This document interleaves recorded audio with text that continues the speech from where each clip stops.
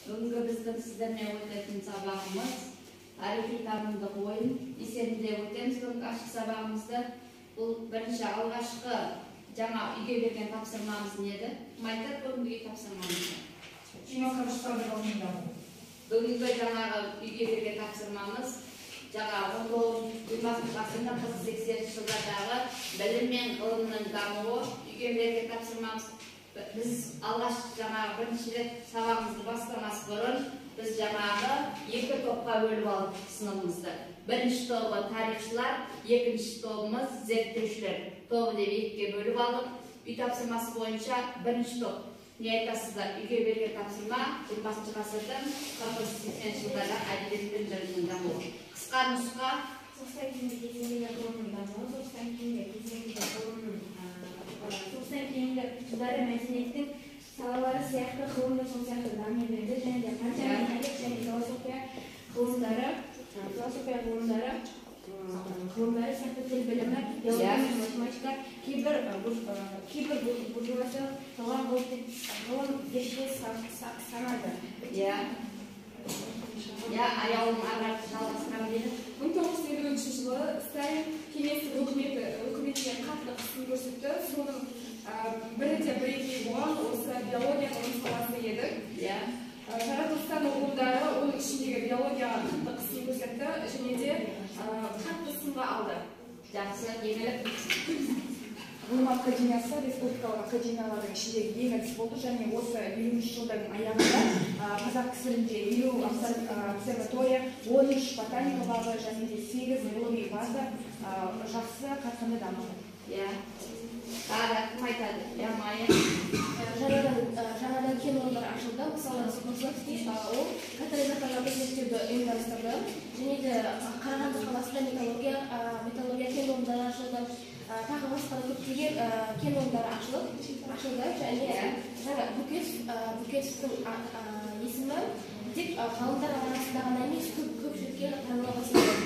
Жақсы. Ал сіз 70 жылдары қазақ кср академиясы кеңес одағының ірі ғылыми орталығы болды. Көптеген қазақстандықтардың жұмысы шетелге таныла бастады. Жақсылар. Физика, математика, биология, ауыл шаруашылығы қарқынды зерттеулер дамыды. Айтқы жүйенің жетекшілігі ұлттық генетика ғылымдары көп айтарлық нәтижеге қол жеткізді. Жақсы, жәнібек не айтасыз? Физиология салалары болды, және де елеулі жетістіктерге олар қол жеткізді. Ғылымның қаржыландыру және гуманитар ғылымдары көп болды. Және де 20 ғасырдың 70 жылдарында құқық, философия, филология және де басқа да ғылымдар пайда болды. Жақсы, Жайна. Орталық Қазақстанның сумен қамтамасыз ету мәселесі энергетика және жергілікті шикізатпен толды. Орталық Қазақстанның сумен қамтамасыз ету мәселесін шешу үшін академик Шоги жетекшілік еткен бір топ ғалым негізін қарағанда Магеллан каналының салуының негізгі мәселелерімен айналысты. Жақсы. Саламатқан өзіңіз бірінші ойыңдай? Ядро физикалық институт Қарағандыда химиялық металлургия институты ашылды. Химиялық логистика жөнінде ғалым көпшіліктің есімінше ғылыми жобада ғана емес, көпшілік адамдардың ортасында да танымал болды. Жақсы. Әдебиетте қазақ халқының ауыз әдебиетінің мұраларын зерттеу жұмыстарын жалғасты. Қазақтың кеңес әдебиетінің тарихы бойынша еңбектер шығарылды. Жақсы. Ал зерттеушілер сіздер не айтасыздар ғылым мен білімнің дамуына? Өз үлестеріңіз. Соғыстан кейінгі жылдардағы басқа салалар сияқты да партия және толық бақылауда болды. Партия және философия ғылымдары сияқты математика, биология және буржуазиялық қысым көрсетті. Арыстанбек. 1969 жылы ақш Алматы маңынан біздің заманымызға дейінгі 4-3 ғасырға жататын алтын адамды тапты және бұл Қазақстан символы, яғни тәуелсіз Қазақстанның белгісіне айналды. Бірақ көптеген елеулі жетістіктерге қарамастан Қазақстан ғылымының дамуында көптеген шешілмеген мәселелер болды. Жақсы. Шахзода, не айтасыз? Астрофизика, математика институты және ғылымның басқа салалары көптеген зерттеулер жүргізе бастады. Және Айтқожиннің жетекшілігімен бір топ ғалым айтарлықтай нәтижеге қол жеткізді. 1976 жылы микробиологиялық зерттеуде айтарлықтай нәтижеге қол жеткізгені үшін Айтқожин Лениндік марапатқа ие болды. Жақсы. Яс. Көптеген мәселелер зерттеу барысында айластырылып, ғалымдар үшін жауап болды. Партиялық цензура зерттеу мәселелерін шектеп қана қоймай, ғылымның кейбір салаларына, кибернетика, психология, әлеуметтік демография, тағы басқа салаларына тыйым салды. Тыйым салып, цензура қойды. Жақсы. Академия Бареев басқарған Ленин атындағы ауыл шаруашылық зертхана жұмыс жүргізіледі. Яғни биология, ауыл шаруашылықта зерттеу туралы мәліметтер бойынша жүзеге асырылады.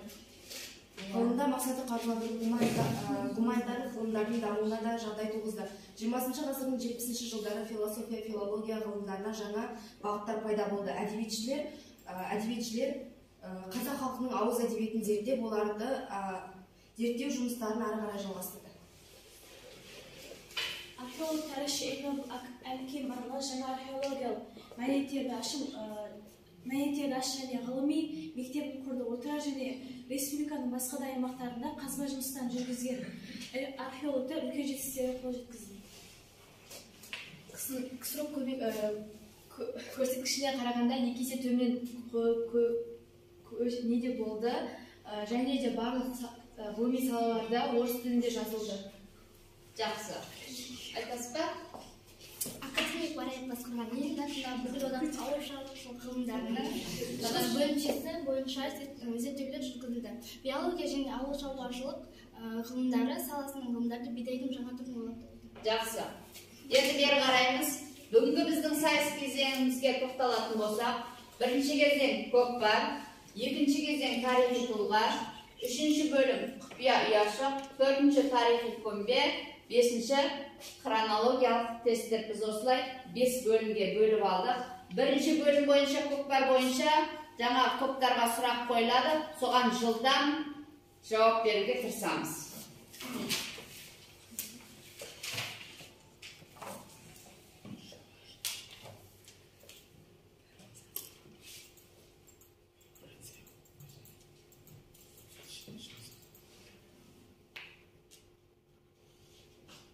Бірінші, Тәуке ханның заңдар жинағы. Жауап беріңіз, қолыңыз көтеріп. 7 жарғы. 7 жарғы, дұрыс. Келесі топқа.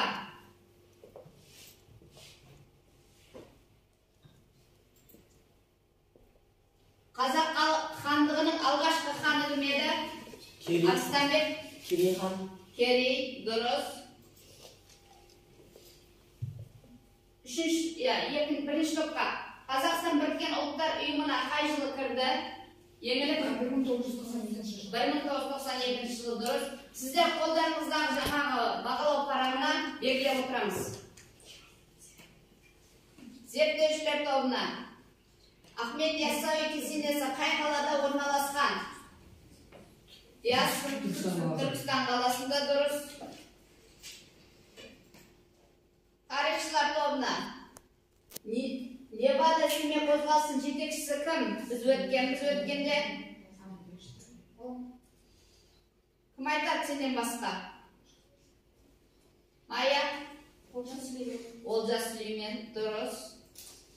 Зерттеушілер тобы. Ақтабан шұбырынды жылдарын көрсет. Қай жыл Ақтабан шұбырынды жылдары? Өткенде. Өткен жылдары тарихта. Көз жүгіртейік. Ақтабан шұбырынды жылдарын көрсет. Ақтабан шұбырынды жылдарында Елімай деген өлең қалған. 1917 Кім жауап береді мына топтан, қарсылас топтан? Жауап бар ма? Жауап жоқ.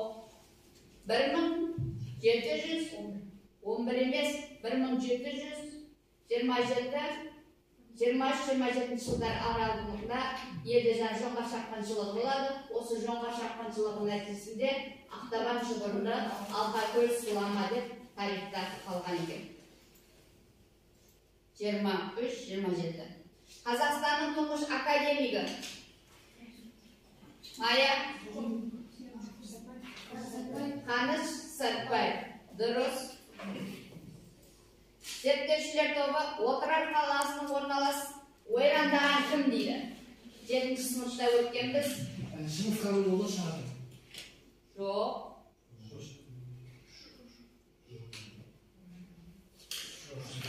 Шыңғыс ханның екі баласы Жошы мен Шағатай. Отырар қаласын ойрандаған кім сонда? Шыңғыс хан емес па? Моңғол шапқыншылығы кезеңде Отырар қаласын ойрандаған моңғолдар, яғни Шыңғыс хан әскерімен жаңа бүкіл Орта Азия территориясын бағындырам деген ниетте қай жерге Отырарға шабуыл жасаған екен. Ноғай ордасының астанасы 6-ші классқа көз жүгіртейік. Жоқ. Иә. Сығанақ қаласы. Астана қай өзенінің жағасында салынған? Есіл. Дұрыс. 1867-68 жылдар реформа бойынша Қазақстан неше генерал-губернаторлыққа бөлінді? Жоқ. 3 генерал-губернаторлыққа бөлінген. Тың игеру жылдары өткенбіз. 1953 жылдары, яғни Сталиннің кезінде, дұрыс па? Тың игеру жылдары болған екен. Жақсы. Бұл жаңағы не кезеңіміз, көкпар кезеңімізді осымен аяқтайық. Келесі кезеңімізде тұлғаны таны деген еді. Тұлғаны таны бөлімі бойынша қазір бір тұлғаға байланысты мен сіздерге қысқа нұсқа соған байланысты бір деректі айтамын. Сіздер ол тұлғаға қатысты, қай тұлғаға қатысты екен сол деректің мағынасын ашады екенбіз. Сіздерге 3 тұлға, сіздерге 3 тұлға. Келістік па? Бірінші, Құсмұрын, кадет корпусы, Манас, Сурет, Достоевский. Қай тұлғаға қатысты? Шоқан Уәлихан. Қазір жауабын тексерейік. Дұрыс, Шоқан Уәлиханов екен. Келесі. Шамалған, Қарағанды, Нұр Отан, Астана. Жаңағы тұлғаға қатысты. Шамалған, Қарағанды, Нұр Отан, Астана. Нұрсұлтан Әбішұлы Назарбаев. Біздің тұңғыш президентіміз, басымыз, президентіміз сол Нұрсұлтан Назарбаевқа арналған екен. Сіздерге тарихшылар Түркістан, Сұлтан, Сабалақ, Ортан, Абылай хан дейсіздер. Қазір тексерейік. Абылай хан. Зерттеушілер тобы Нармала, Арслан Батыр, Кегалу, Гаухар, Қалмақтар. Қандай тұлғаға байланысты сөздер? Қобыланды Батыр. Қобыланды Батыр сіздің ойыңыз? Алпамыс Батыр. Алпамыс Батыр. Қазір тексереміз. Кімге байланысты екен? Қобыланды емес қой.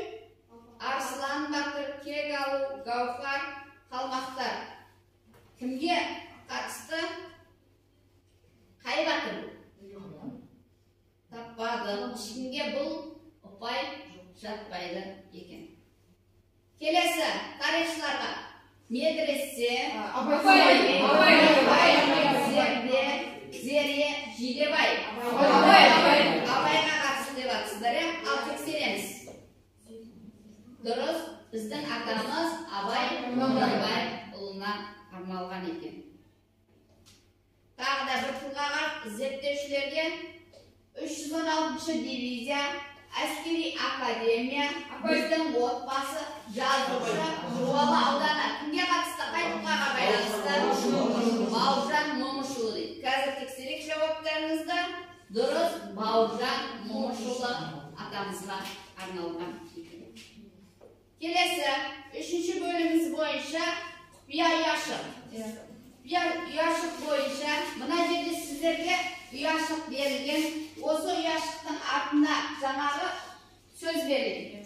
Сол сөзді жаңағы мағынасын ашамыз. Таңдаймыз ба қой? Таңдайсыздар.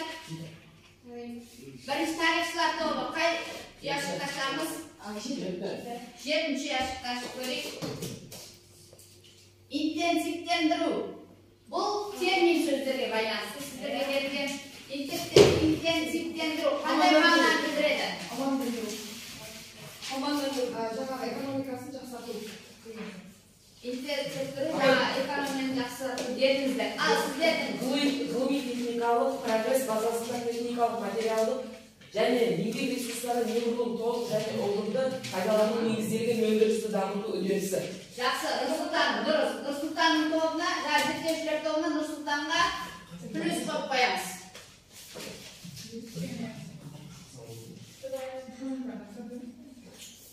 Келесі. Сіздер таңдайсыздар? Бір. Мегаполис. Мегаполис яз. Халқының саны миллионға жететін қала. Дұрыс. Кішігірім жаңағы миллионнан асқан қала, жаңа халқына байланысты қаланы мегаполис, яғни үлкен қала деген мағынаны білдіреді.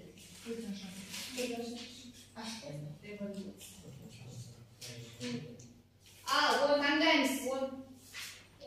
Тарихшылар. Жаңағы алған жаңа яшықтың санын өздеріңізге саңғып беріліп қойыңыздар, қазір есептейміз. Түсінікті ме? 10. Деформация. Жаңа жүйеге ену. Жаңа жүйеге ену. Дұрыс.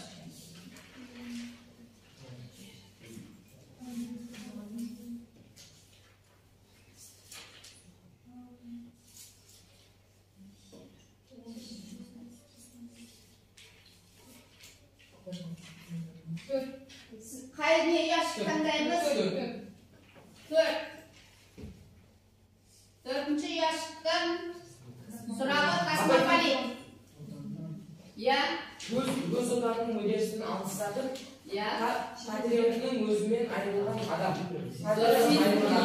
Жақсы. Керемет.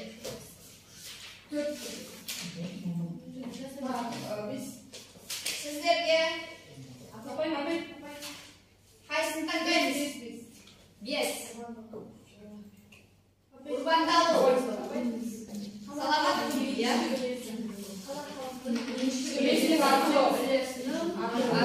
Урбандалу деп аталады. Жақсы. Келесі топ. 12.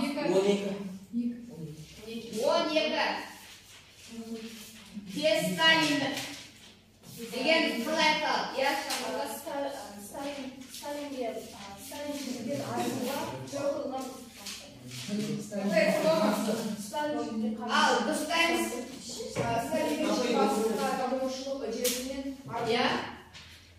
Сталиндік жеке басынан арылуы десталиндік деген мағынаны берілген. Келесі, әр ұяшығымыз бар ма? Ұяшығымыз бар болса, қайсында кімге келіп 6-шы ұяшықты ашатын болса, догмалық деген мағына қандай мағынаны білдіреді? Қатып қалған қағиданы догмалық деген мағынаны береді. Жақсы. Жаңағы өзіміздің қолымыздағы бағалы парағына белгілеп алдық, дұрыс па? Ал енді келесі кезеңге өтетін болса, енді бізде хронологиялық тест бар еді, дұрыс па?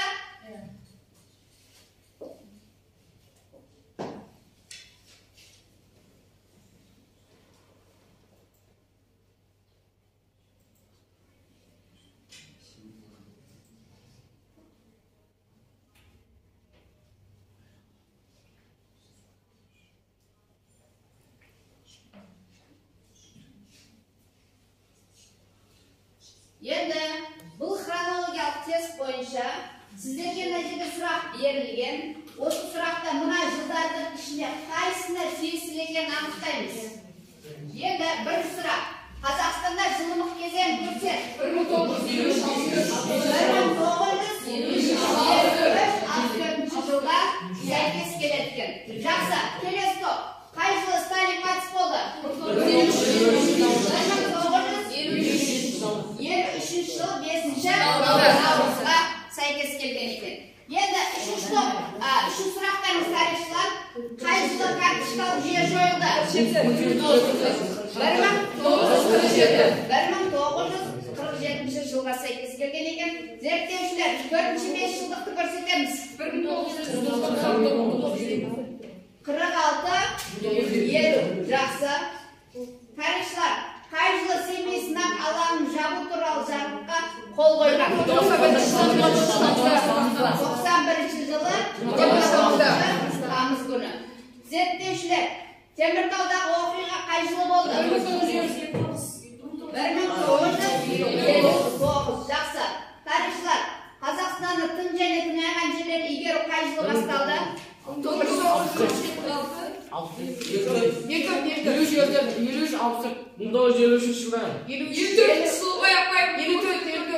Бұл жерде 1954 жыл. Дұрыс. Тоқырау жылдарын көрсетіңдер. 65-85 жылдарға тура келген екен.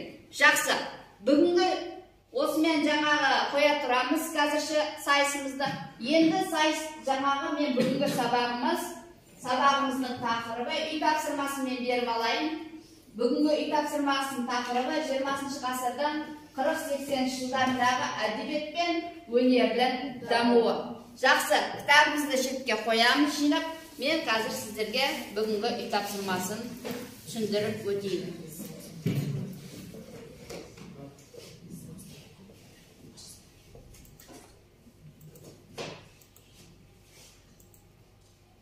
Бүгінгі біздің сабағымызда жаңағы тиесілі, осы 20 ғасырдың 40-80 жылдарына тиесілі, әдебиет пен өнердің дамуына тиесілі біздегі сабақта бүгінгі екі тірек сөз бар екен, өнер және зиялылар деген. Өнер, көркем образдар жүйесі арқылы адамның дүние танымын, ішкі сезімін, жан дүниесінде құбылыстарды бейнелейтін қоғамдық сана мен адам танымының формасы өнер деп аталады екен.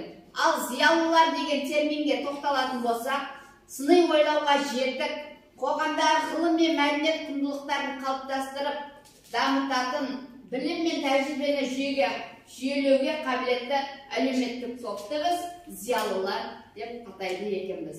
Енді бүгінгі сабағымызды жаңағы бізде әдебиет пен өнердің дамуына тоқталатын болсақ, 1949 жылы Мәскеуде қазақ әдебиетінің 10 күндік өтеді. Сол жылы Мұхтар Әуезовке мына Абай жолы романы үшін, Мұхтар Әуезов мына Абай жолы романын жазып шыққан, сол Абай жолы романы үшін оған мемлекеттік сыйлық берілген екен. Осы Абай жолы романы үшін. Сөйтіп, жаңағы біз қазақ жазушыларының шығармашылығын 3 тақырыпқа бөліп алып сол кезінде қарастырған екен. Біріншісі, кеңес халқының жемісті еңбегі, ұлы отан соғысындағы ерлік, тарихи өткеніміз деп жаңағы сол кезеңдегі тақырыптарды әрбір жазған жазушылардың осылай 3 кезеңге бөліп алып, өздерінің шығармашылығын осы тақырыптарда кезеңге байланысты жазып алдырған екен. Мәдениет саласында сол кезеңде қандай жетістіктерге қол жеткізді? Кеңестік жүйе елдің рухани мәдени дамуына жіті бақылауда ұстады. Бұл саланың жаңа еркін дамуына шектеу қойып отырып деп жаңа сіздер айттыңыздар, ол кезеңде цензура қойылды. Әрбір жаңағы жазушы өзінің жаңағы ішінен шыққан, жаңағы өзінің жаңағы шерін немесе өзінің жаңағы әртүрлі тақырыпта олар жазуға ешқандай жаңағы құқы болмады. Өйткені жаңағы шектелген тақырыпта ғана кезеңде ғана олар жазуы міндетті болды. Олар жаңағы басқа тақырыпта жазатын болса, олардың жаңа халық жауы, немесе сен халықты жаңағы патша үкіметіне қарсы, сол кезде кеңес үкіметіне қарсы шығарып жатсын деген ниетте олардың жазу еңбектерінің барлығы қудалауға ұшыраған екен.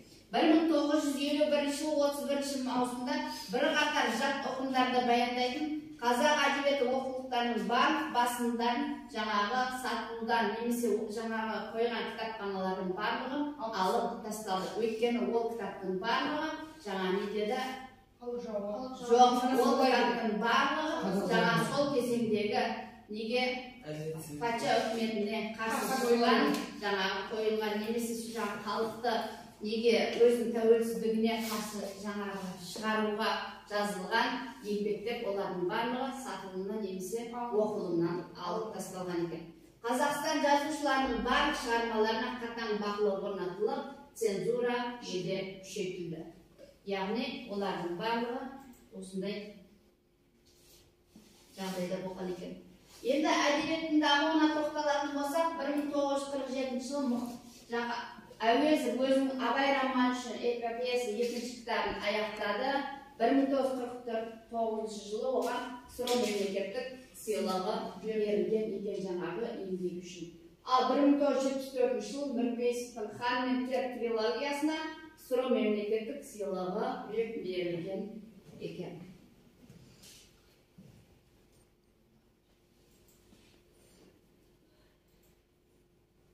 Енді біз сол кезеңдегі жаңағы жаңа жазушылардың еңбегіне тоқталатын болсақ, замандастардың сол кезеңде басынан өткен оқиғалары мен қиындықтарын, қуаныштарын жазып, өз жаңағы бөліскен біздің ақын жазушыларымыз бар екен. Олар Мұхановтың Сырдария, Мүсіреповтің Миллионер, Иманжановтың Алғашқы айлар, Шухов пен Ановтың романдары, Тоқмағамбетов, Жароков, Орманов сияқты осындай көптеген біздің жазушы жаңағы ғалымдарымыз өзінің көптеген жаңағы еңбегі үшін осындай жақсы шығармаларды өмірге алып келген екен.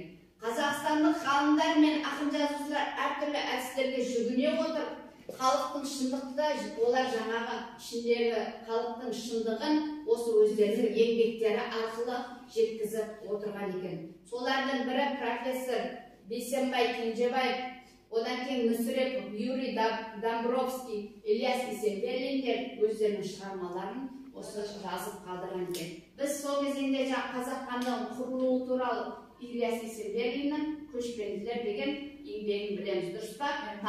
Таныспыз, және де Көшпенділер киносы, дұрыс па? Жарыққа шықты, соны біз көріп танысқанбыз. Соғыстан кейінгі 10 жылдықта соғыс пен тылда ерлік көрсеткен батырлардың ерліктері жарық көрді. Мысалға, соғыста жүріп, біздің ақын жазушыларымыз соғыста жүріп, сол соғыста болған жағдайдың барлығын олар өздерінің еңбектерінде жазып қалдырды. Соның ішінде біздің жаңағы Бауыржан Момышұлы атамызды айтуға болады, дұрыс па? 316-шы атқыштар дивизиясында жүріп, сол жерде командирлік қызметті атқара жүріп, ол өзінің сол соғыста болған жағдайдың барлығын еңбекте жазып қалдырған екен. Оның еңбегі не деді?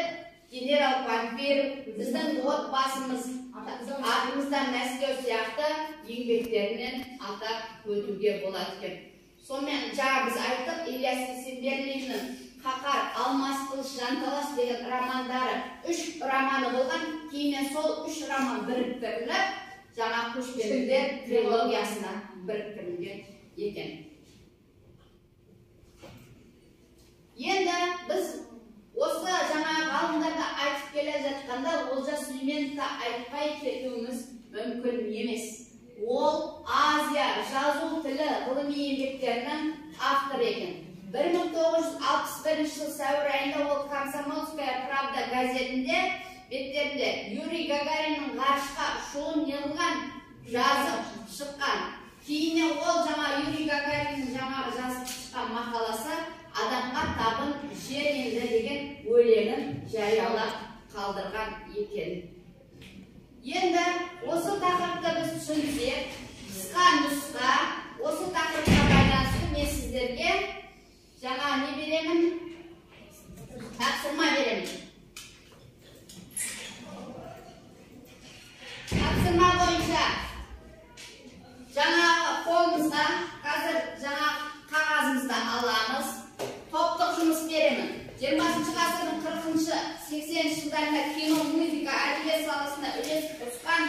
тұлғаларды топ бойынша анықтап, соны қазір жазамыз. Кәні топтық жұмыс.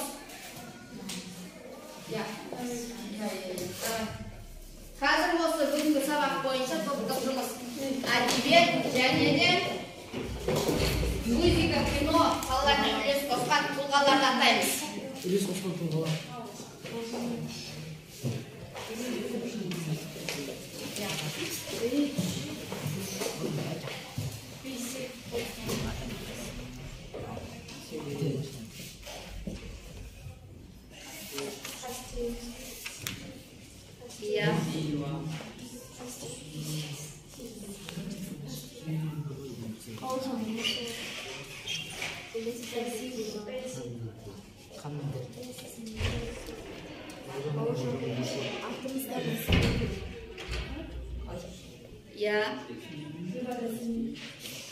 Топтастырамыз кәнім? Сосын Бауыржан Момышұлы да бар.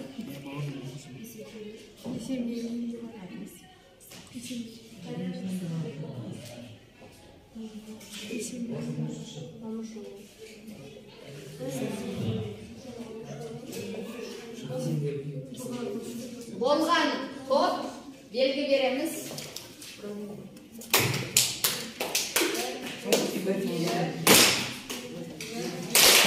Ал, кел, зерттеушілер бірінші болып, орныңызға тұрып оқ бере береміз, тұлғаларды. Қастеев, Бауыржан Момышұлы, Бейсеев, Сүлейменов, Байсейітова. Жақсы. Ал, тарихшылар тобы. 20 ғасырдағы әдебиеттің дамуы Мұхтар Әуезовтің Абай жолы романы, Мүсіреповтің Қан мен тер трилогиясы, Бауыржан Момышұлымыздың Артымызда Мәскеу және де біздің отбасымыз Алыстемелден Алмас Қылыш атты еңбектері. Жақсы. Бүгінгі сабақты осымен қорытындылаймыз. Қазір жаңа қолымыздағы бағалау парағын береміз. Қай жаңағы бағалау парағын есептеп қойдық па? Жаңа тарихшылар тобы үй тапсырмасын барлығы қамтыды.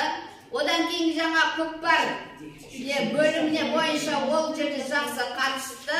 Бұлардың жаңа жалпы жинаған балы 43 бал болып тұр. Ал сіздердікі, зерттеушілер?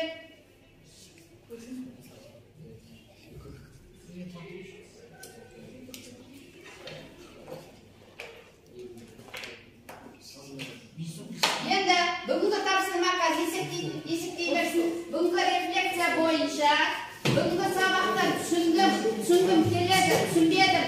Бөлімі бойынша қолымыздағы қағазға жаңа қайсыны жабыстырамыз, соны белгілейсіздер. Ал тарихшылар тобына зерттеушілер тобы 39, ал тарихшылар 43. Бүгінгі сайыс сабағының нәтижесінде тарихшылар жеңіске жетті. Ал бүгінгі бағалау бойынша тарихшылар тобында еңіліп, жаңағы Аружан, Аяжан, осылар жаңа 5 деген бағаланды. Ал кім Саламатхан Жайна 4 деген бағаны алды. Мына топтан жақсы қатысқан Диас, Арыстанбек, Нұрсұлтан, Шахзода 5, Қарлығаш, Көмек 4 деген бағамен бағаланды. Жақсы, сау боламыз.